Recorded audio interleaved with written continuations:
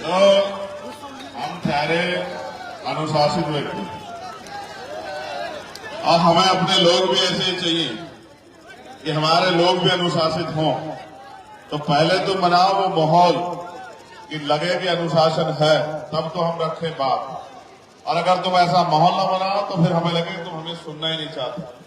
तो पहले तुम लोग ऐसा माहौल बनाओ जैसा हमने तुमसे मांगा आने के बाद। जब तक तुम ऐसा माहौल ना बनाओ और जब जब खराब करो तभी हम रुक जाएं, उसके बाद तब तक ना बोले जब तक तुम लोग वापस वैसा माहौल ना बना दो। और मीडिया के लोगों को रहने दो, तुम मीडिया मत बनो। तुम्हें ये मीडिया के लोगों को खड़े रहने दो, यहां तुम मत खड़े हो। तुम तो बहुत दिनों से खड़े ही हो, तुम्हें सुनता कौन है? बैठ जाओ, बैठो बैठो। अब कोई खड़े ना हो।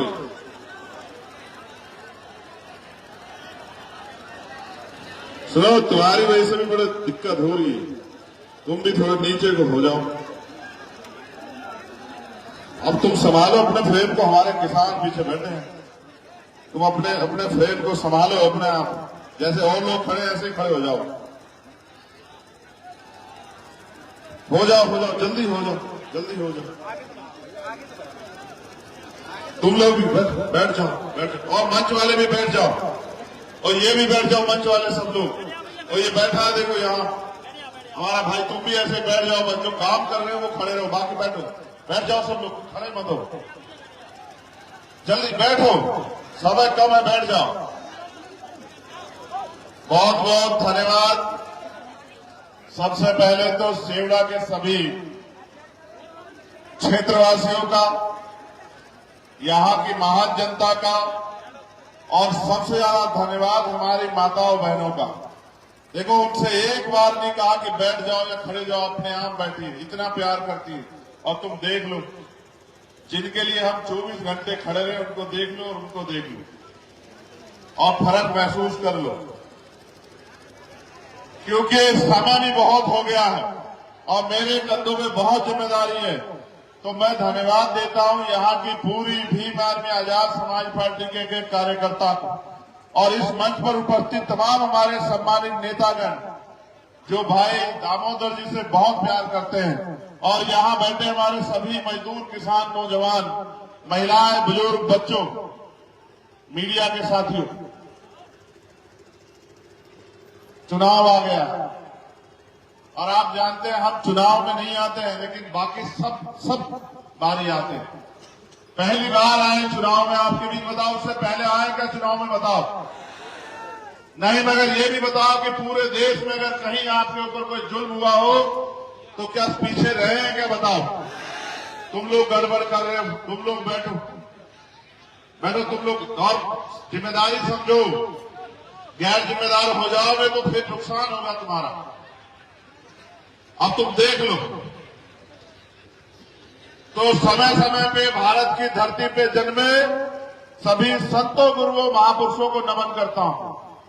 भगवान बुद्ध से लेके संत शिरोमणि सतगुरु रविदास जी महाराज, गुरु नानक देव, संत कबीर, गुरु घासीदास, फिर राष्ट्रपिता ज्योतिबा फूले, छत्रपति साहू जी महाराज, डॉक्टर बाबा साहब अम्बेडकर, पेरियर रामास्वामी नायकर, प्यारेलाल यादव, बाबू जगदेव प्रसाद कुशवाहा, जननायक कर्पूरी ठाकुर, संतराम जी प्रजापति, महामना रामस्वरूप वर्मा, मान्यवर दीना भाना वाल्मीकि साहब और मान्यवर काशीराम साहब को नमन करता हूं।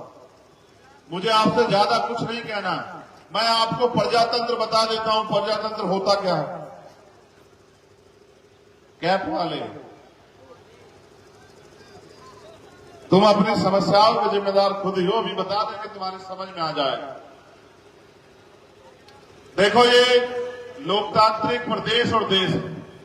लोकतंत्र कब आया, लोकतंत्र क्यों आया, लोकतंत्र में कौन ताकतवर है, कौन कमजोर है, ये समझने का विषय है। और लोकतंत्र में आप कैसे ताकतवर हो सकते हैं, ये भी समझना पड़ेगा। अभी हमसे पहले हमारे बहुत ही सम्मानित वरिष्ठ नेता राष्ट्रीय महासचिव रविंद्र कुमार भाटी जी अपनी बात रख रहे थे और समाज से अपील कर रहे थे। उनसे पहले तमाम हमारे पार्टी के वरिष्ठ सभी नेताओं ने अपनी बात रखी, संगठन के लोगों ने बात रखी, फिर हमारे यहाँ के प्रत्याशी बोले, उन्होंने आपसे बात रखी। लेकिन मुझे आपसे कुछ और कहना है। ये देश राजा महाराजाओं के हाथ में था, राजतंत्र में था, और राजा महाराजा जो कह देते, राजा अगर दिन रात को दिन कह दे तो जनता को भी रात को दिन कहना पड़ता था। राजा अगर दिन को रात कह दे तो प्रजा को भी दिन को रात कहना पड़ता था, क्योंकि अगर रहना था उनके प्रदेश में, उनके राज्य में, तो उनके हिसाब से चलना था। फिर एक ऐसा उजाला निकला, एक ऐसा सूर्य निकला, एक ऐसे रहबर पैदा हुए जिनको हम डॉक्टर बाबा साहब अम्बेडकर के नाम से जानते हैं। उन्होंने जो अपमान पूरे जीवन में सहा और अपने 4-4 बच्चों की कुर्बानी देके हमें हमारे पैरों पे खड़ा करने के लिए अंग्रेजों से लड़ाई लड़के अपनी एक एक बात को उन्होंने और उनके साथियों ने अंग्रेजों के सामने जिम्मेदार से रख के इस देश में शोषित वंचित वर्ग के अधिकारों के लिए लड़ाई लड़ी। और एक दिन ऐसा समय आया कि देश आजाद हुआ और भारत में लोकतंत्र स्थापित हुआ। जब मिला वोट का अधिकार तो सब लोग चले गए विरोध में। कोई कहता वोट का अधिकार उसको मिले जो जमींदारी करता है, कोई कहता उसको मिले जो व्यापारी है, कोई कहता उसको मिले जो बहुत पढ़ा लिखा है, कोई कहता उसको मिले जो लगान देता है। डॉक्टर बाबा साहब अम्बेडकर ने कहा कि अगर चंद लोग फैसला करेंगे कि उनका नेता कैसा होगा, उनका विधायक कैसा होगा, उनका सांसद कैसा होगा, तो ये लोकतंत्र नहीं होगा। अगर पूरी जनता फैसला करेगी और जनता जिसके पक्ष में ज्यादा होगी, जिसको वोट ज्यादा देगी, वो अगर इस तरह से चुना जाएगा तो फिर माना जाएगा कि भारत में लोकतंत्र। सम्मानित साथियों, ऐसा ही हुआ। आपको जानकारी भी तो नए नौजवान लोगों को नहीं होगी, इसलिए आपसे कह रहा हूं। पहले वोट देने की उम्र थी 21 साल, फिर इसमें चेंज हुआ और वोट देने की उम्र तय हुई कितनी? 18 साल। पहले 18 साल का व्यक्ति नहीं दे सकता था, फिर ये अधिकार आया, दोबारा से इस पे चेंज हुआ। 18 साल का व्यक्ति बालिग माना जाएगा, वो वोट देके सरकार चुनेगा। आज हमारे बहुत सारे नौजवान हैं जो 18 साल पार करके पहली बार वोट देने जाएंगे। फैसला आपको करना है। देखो, हम राजतंत्र में दूसरे लोगों के डंडे से हाके जाते थे। गांव में बैठा एक जमींदार डंडा उठा देता, हमारे लोग कमजोर किसान पीछे हट जाते। और क्या क्या नहीं सहा आपने। इतिहास का आधार होगा, तुम्हारे जख्म क्रोध होगा तो यही रो पड़ोगे। मेरी बात को याद रखना। भारत में ऐसी व्यवस्थाएं थी, मेरे सूरवीरों, मेरे बहादुर योद्धा, सुनो। देवदासी प्रथा थी कि महिलाओं को दान किया जाता, बच्चियों को, और मंदिरों में धार्मिक स्थलों पर उनका शोषण होता था। आज भी चलिए इतिहास गवाह पढ़ना। महिलाओं को तन ढकने का अधिकार नहीं था, विधवा विवाह नहीं होता था, बाल विवाह होता था।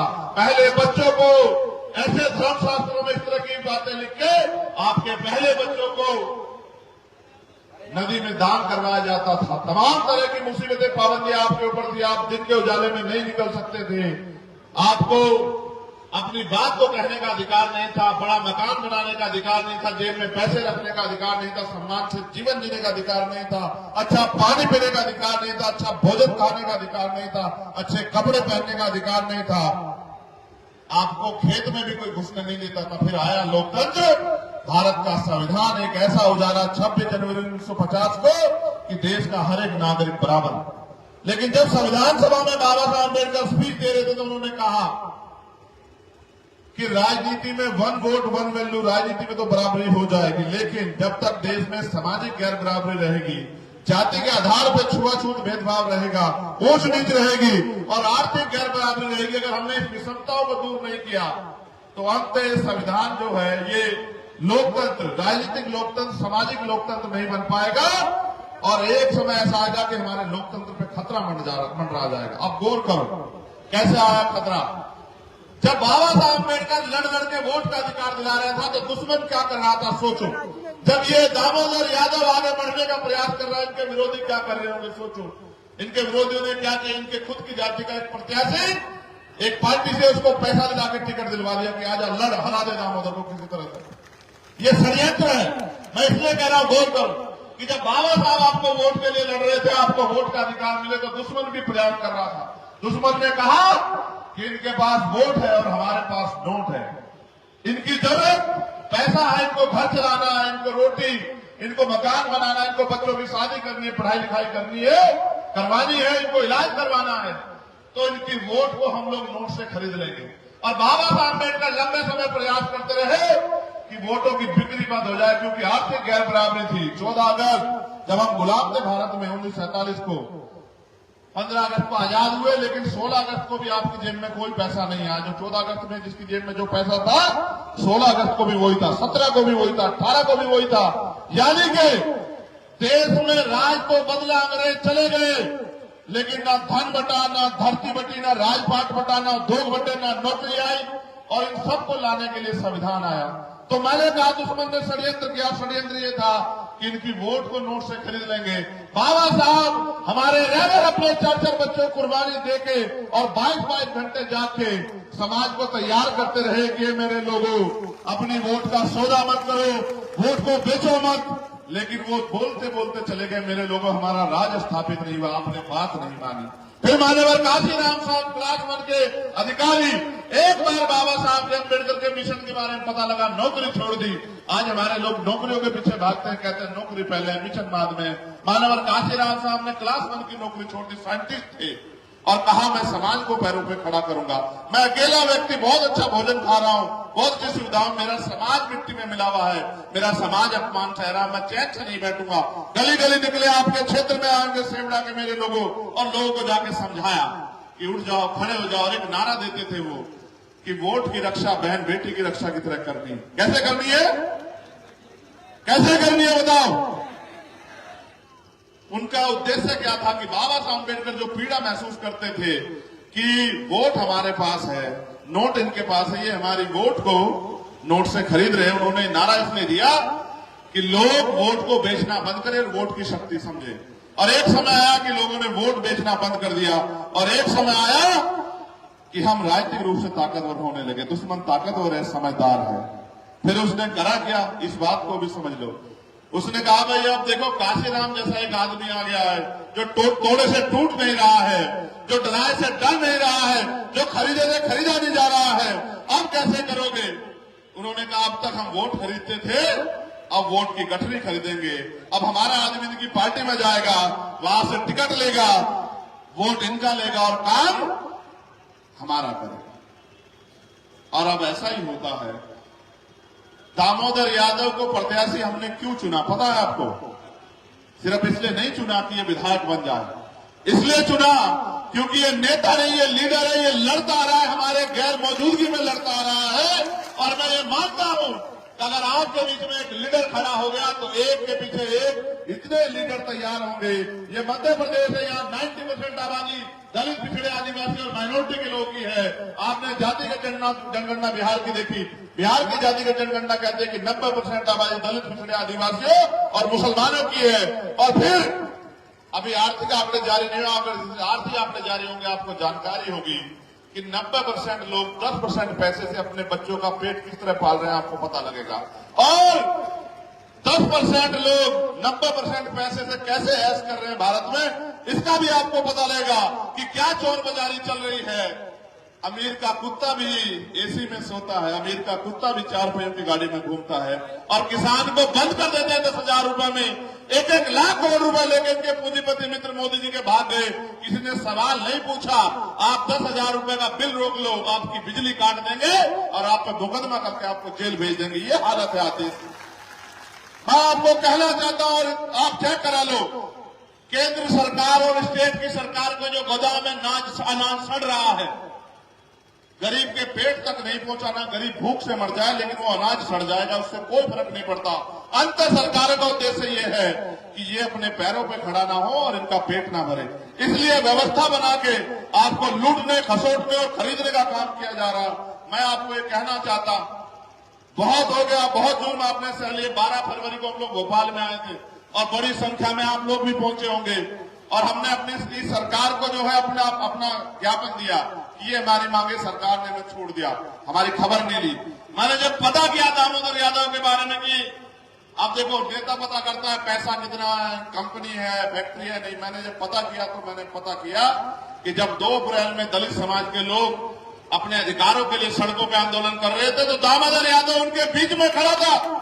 दामोदर यादव उनका नेतृत्व कर रहा था और भारतीय जनता पार्टी के लोग उसको मुकदमा लिखवाने के लिए घूम रहे थे। ये तो ताकतवर है। मुकदमे तो 16-17 झेल रहा है, कौन झेल लेता। लेकिन आप ये सोचो कि आपके बुरे समय में आपके साथ कौन। हमारे कुछ साथियों को निराशा भी लगी होगी जो लड़ना चाहते थे, उनको ये भी लगा गया। हमसे पूछे कुछ फैसले राजनीति में बड़े कठोर ले जाते हैं और फिर मैं कह रहा हूं अपने नेता और उसकी नीति पे भरोसा रखो। मैंने किसी धंधा सेठ के बेटे को आगे बढ़ाने के लिए यहां नहीं खड़ा किया।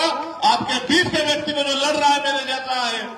मैं भी 20 साल से झंडा उठा के घूम रहा हूं और ना सीबीआई रोक पाई, ना ईडी, ना इनकम टैक्स, ना जेल। 16 महीने जेल में रहा। मेरे लोग अपने दिल पे हाथ रख के पूछना, मैं खून हूं आपका। 16 महीने जेल में रहा। एक रात मैंने ऐसे काटी। मेरी दवाई बंद कर दी, मेरी मुलाकात बंद कर दी, मेरी किताबें बंद कर दी, मेरा खाना बंद कर दिया, सूखी रोटी मेरे आगे पटक दी। और मैंने याद किया अपने महापुरुषों किस तरह से हमारे लोगों ने जीवन बिताया। मैं डटा रहा लेकिन हिम्मत नहीं हारी। एक एक रात मैंने सोच के काटी, अगर मुझे मौका मिलेगा तो ऐसा इतिहास लिखेंगे जिसको सदियों सदियों पढ़ा जाएगा। ऐसा इतिहास लिखेंगे। और मेरा अपराध ये है मेरे लोगों कि मैंने रानी के पेट से जन्म नहीं लिया। मैंने किसी मुख्यमंत्री, किसी मिनिस्टर, किसी विधायक, एमपी के घर में पैदा नहीं हुआ। एक प्राइमरी स्कूल के हेडमास्टर का बेटा हूं। आपके जैसे घर से आता हूं, मगर मेरी मां रानी से कम नहीं है। जिसने मुझे पैदा किया वो रानी से कम नहीं है। मेरी ये जो माँ बैठी है, बहनें, रानियों से कम नहीं है। ये मेरा अपराध है। इसलिए मैं ताकतवर लोगों की नजरों में चुभ गया। उनको लगता है अगर ये गरीब का बेटा खड़ा होगा। आप मुझे अपने जिम्मेदारी से बताओ, अगर चंद्रशेखर आजाद ताकतवर होगा तो क्या आप ताकतवर होंगे नहीं होंगे? बताओ। अभी तो शुरुआत हुई है। आज मैं यहाँ सभा करने आया हूँ। यहाँ एक और बड़ी सभा होगी दूसरी पार्टियों की और उनका एक सूत्रीय कार्यक्रम होगा कि चंद्रशेखर आजाद ताकतवर नहीं होना चाहिए, चाहे बीजेपी जीत जाए, चाहे कांग्रेस जीत जाए। मैं आपसे पूछना चाहता हूँ, यहाँ कांग्रेस भी थी, यहाँ बीजेपी भी थी, आपका भला हुआ क्या? आप बताओ। मैं तो यहाँ वोट मांगने नहीं आया, मगर ये बताओ कभी आपके ऊपर आंख उठी, मैंने पीछे पलट के देखने दिया आपको? आज अगर आप मुझसे प्यार करते तो मैंने कुछ दिया थोड़ा ही आपको। बस आपके लिए मेहनत करके प्यार कमाया। और जब मैं इनकी सीबीआई इनकम टैक्स से नहीं रुका तो इन्होंने मेरे ऊपर गोली चलवा दी। मैं 4-4 गोली खाकर बैठा हूं। लेकिन मैं 30वें दिन गया था भरतपुर ये बताने के लिए कि शेर का बच्चा हूं, हटूंगा नहीं। विशेष बात को याद रखना, डॉक्टर बाबा साहब अम्बेडकर का सिपाही हूं, हौसला नहीं दिखाने दूंगा। और याद रखना, अगर एक चंद्रशेखर आजाद जाएगा तो लाखों चंद्रशेखर आजाद तैयार हो गए देश में, तुम रोक नहीं पाओगे। और फिर कहता हूं, डॉक्टर बाबा साहब अम्बेडकर ने कहा कि 21वीं सदी हमारी है, कोई रोक नहीं सकता। 21वीं सदी में दलितों का, पिछड़ों का, आदिवासियों का और अल्पसंख्यक समाज में मुसलमान, जैन, सिख, बौद्ध, कमजोर वर्गों का राज आने के लिए बाबा साहब अम्बेडकर ने तो रानी का पेट बहुत दिन पहले चीर दिया था, आजाद होने से पहले, और कहा कि रानी के पेट से अब राजा नहीं पैदा होगा, राजा आपके वोट से तैयार है। ये कौन राजा? ये कौन राजा है जो कह रहा हम राजा? लोकतंत्र है। अगर जो खुद को राजा कहता आपके दरवाजों पे चुनाव के समय ना करगड़ता हुआ दिखाई दिया, तब मुझे बताना डॉक्टर बाबा साहब अम्बेडकर की वोट में कितनी शक्ति थी।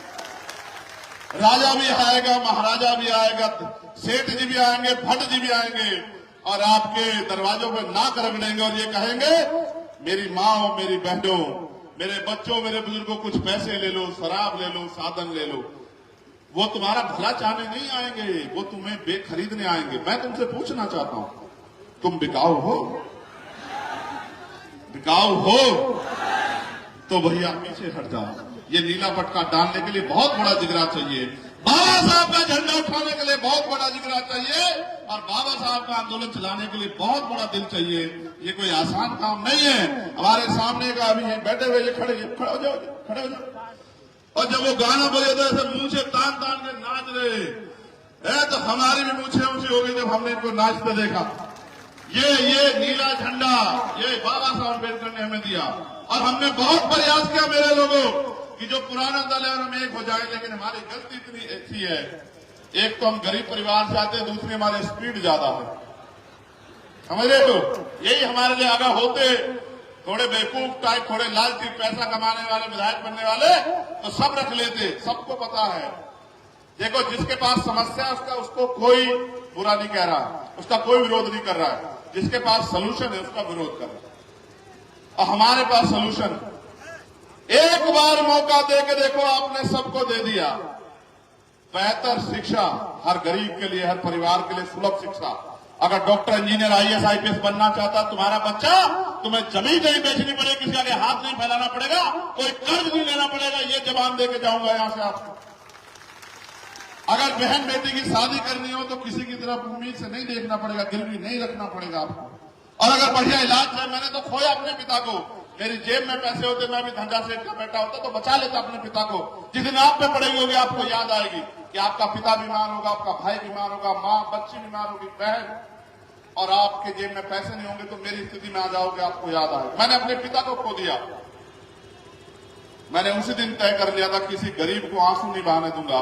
लेकिन याद करो यार, हम हजारों की संख्या में यहां इकट्ठा हुए दामोदर, कई बार तुमने इससे बड़ी बड़ी भीड़ जुटाई होगी, मगर शक्ति किस चीज में इनको ये पता नहीं है।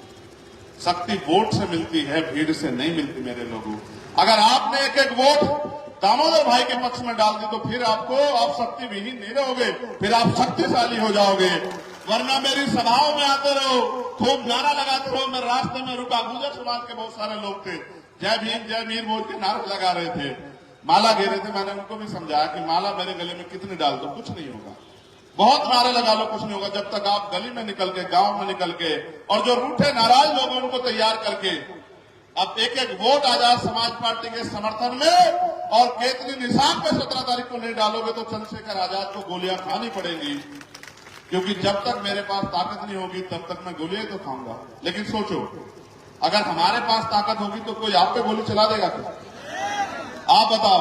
मेरा छोड़ो, चलो छोड़ो, मरना है चंद्रशेखर आजाद को, जब वो इस मिशन में निकला है, बहुत सारे हमसे पहले चले गए। आप मुझे बताओ, आपका भविष्य क्या है इस देश में?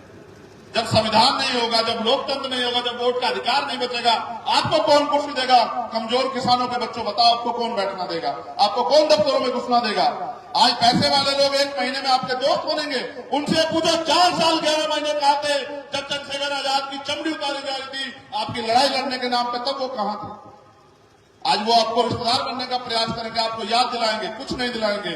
वो आपके 1 महीने के मित्र हैं। आप ये बताओ, 1 महीने वालों के साथ हो या परमानेंट वाले के साथ हो? आप बताओ मुझे। फिर मैं दूसरी बार आपकी सभा में तभी आऊंगा जब अब की बार मैं आऊं तो यहां से वहां जिधर मैं देखूं उधर समुद्र जैसा माहौल मुझे दिखना चाहिए, जैसा आपने भोपाल में मुझे दिखाया था। बताओ, दिखाओगे नहीं दिखाओगे? देखो, लोकतंत्र है, जिनका वोट है उनका राज होना चाहिए, बस इतनी सी बात। वोट किसके पास है? हमारे पास। राज किसका होना चाहिए? अभी किसका है? दुश्मन से उम्मीद करते हो कि किसानों को अच्छी फसल के दाम देगा? दुश्मन से उम्मीद करते हो तुम्हें न्यूनतम वेतन देगा? दुश्मन से ये उम्मीद जरूर करो कि अगर तुम मेहनत मजदूरी करके वेतन मांगने जाओगे तो तुम्हारी खाल खींच के घुस बढ़ देगा। दुश्मन से ये उम्मीद तो करो, मगर दुश्मन से ये उम्मीद मत करो कि वो आपका पेट भरेगा।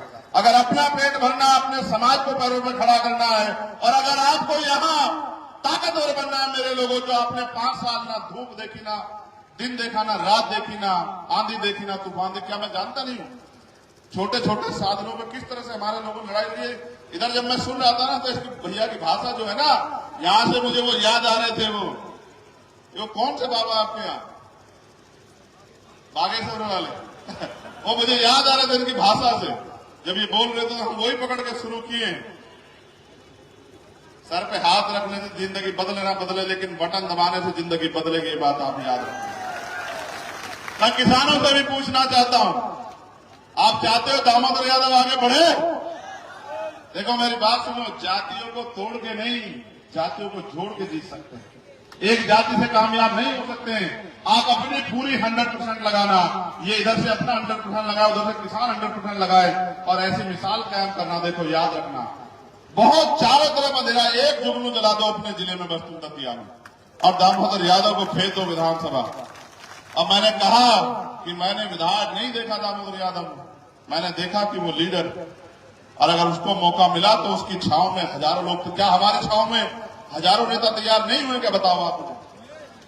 और अभी तो यहाँ भाटी जी और हम और दामोदर भाई और तमाम हमारे नेता बैठे हैं।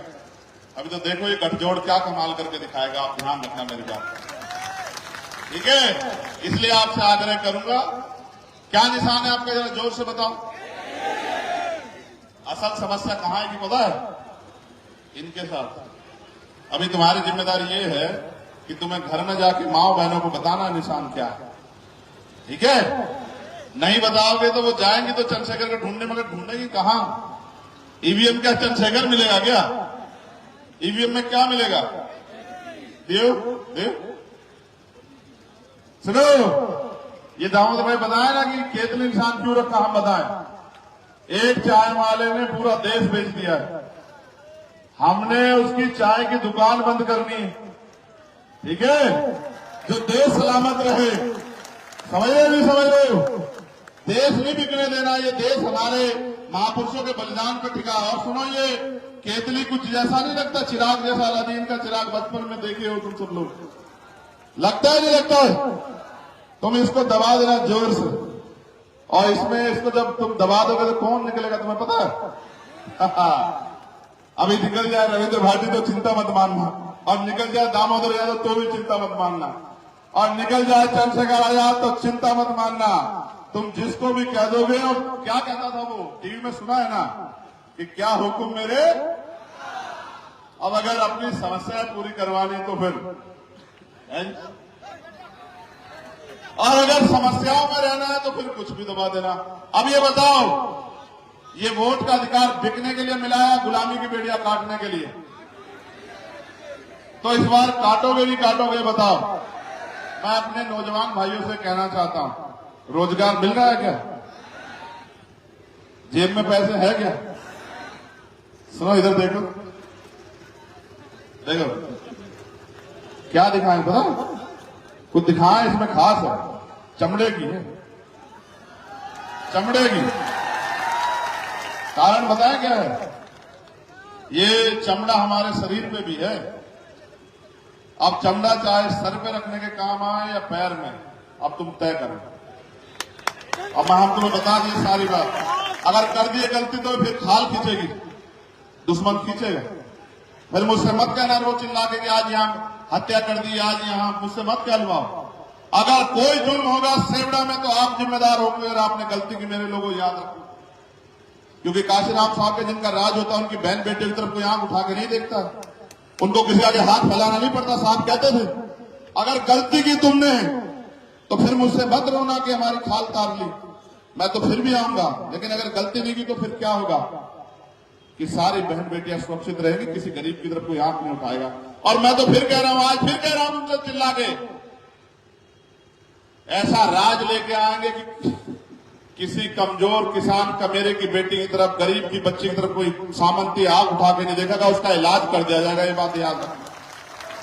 किसी की जमीन पे कोई कब्जा नहीं करेगा, कोई सामंती भारतीय जनता पार्टी के सहारे पे, उसका इलाज कर दिया जाएगा। और कोई अधिकारी कर्मचारी किसी को, निर्दोष को फंसा नहीं पाएगा, चाहे वो मुसलमान हो, चाहे वो पिछड़ा हो, या दलित हो, आदिवासी, कोई हो। चाहे किसी के घर पे जबरन बुलडोजर नहीं चलेगा, वरना ये सब यही है। तुम मानते हो संविधान को खतरा है? कितने लोग मानते हो? हाथ खड़े करियो।